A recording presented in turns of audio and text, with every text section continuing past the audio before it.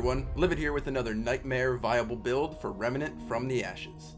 This time we are taking the high damage crit archetype and maximizing it with our critical slayer build. So let's jump right into it. They often say the best defense is a solid offense. This build does just that and excels at high burst damage against single targets. Minor enemies will often die to one shot with this build, meanwhile you will do chunk damage to elites and bosses. Your mods will also often fully charge after 1 to 3 kills. The only area this build lacks is in crowd control, when enemies group up heavily. Even then, with a couple of maxed out talents or a simple swapping of your long gun to an alternate weapon, you can still manage most groups with ease and good aim.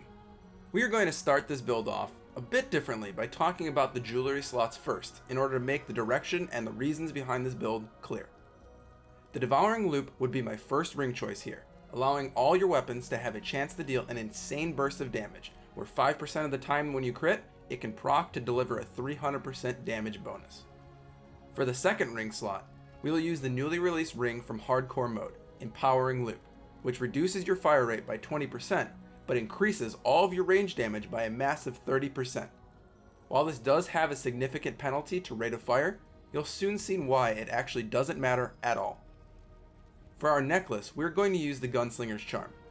It will give you an additional 10% fire rate to marginally make up for the penalty from Empowering Loop, but also give you a bonus of 20% reload speed, which is actually the really significant point of this item here. For the armor set, a full 3-piece Slayer set is the best choice here. Something like a 3-piece Void armor set could work here as well, but ultimately you want the Slayer set. The bonus the Slayer set gives you is a whopping 35% damage bonus to the first shot you fire from your gun after reloading. Hopefully you see where we are going with this.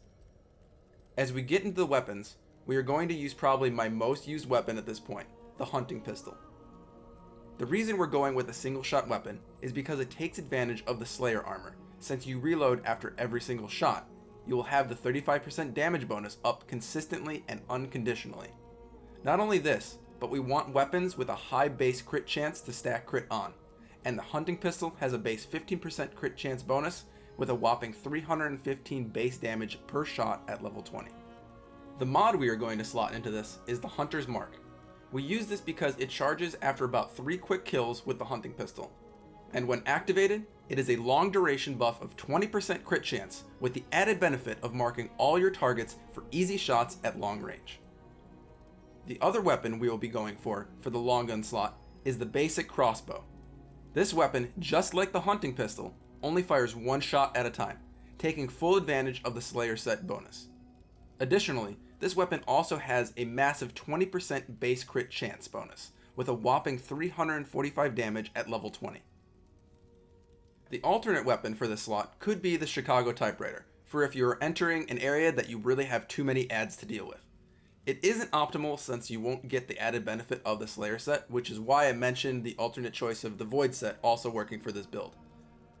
The key mod in the long gun slot, however, is Song of Swords, which projects a 20-meter aura that you and all your allies get a 30% damage bonus for 30 seconds.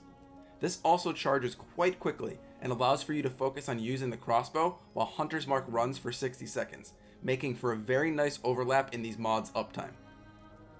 For our melee weapon, we use the Voice of the Tempest, another melee weapon I almost never take off due to the overload proc being exceptional at dealing with enemies who group up too close to you. Honestly, I don't see a better choice than Voice of Tempest at this point, especially for times that you may get swarmed. Now, shown here are all the traits I find invaluable, and frankly, the higher up you get in trait level, everything just becomes useful. The key ones, however, are Kingslayer, Quick Hands, Executioner, Mind's Eye, Exploiter, Sleight of Hand, and Spirit. All the stamina, health, and regen traits are always beneficial for every build, especially for higher difficulties, but these I mentioned will be needed to make the damage show in this build. The footage following this build explanation will show you a couple of scenarios. We tackle Gorefist, who has no crit spots, the Church and Wailing Wood for 2 different kinds of horde events, and Singe for those crit spot type bosses.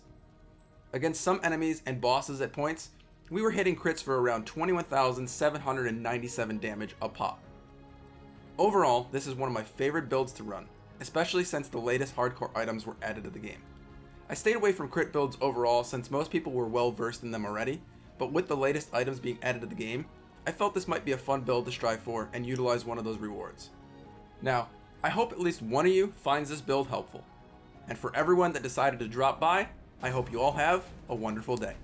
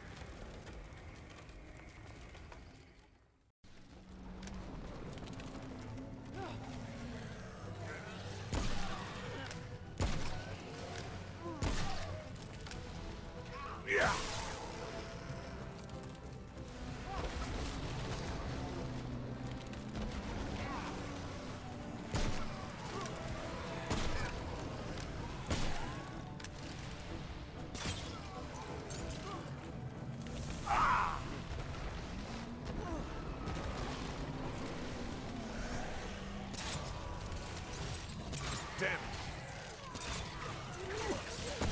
Fight on.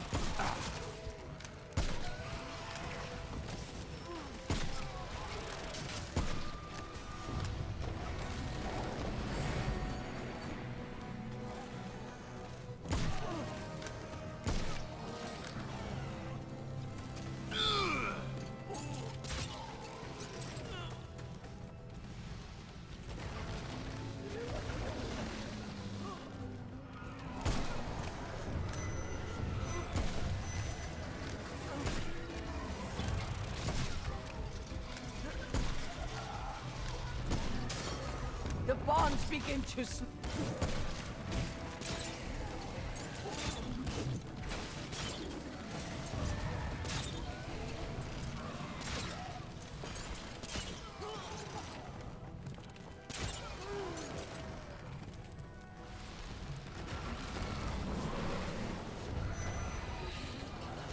almost free!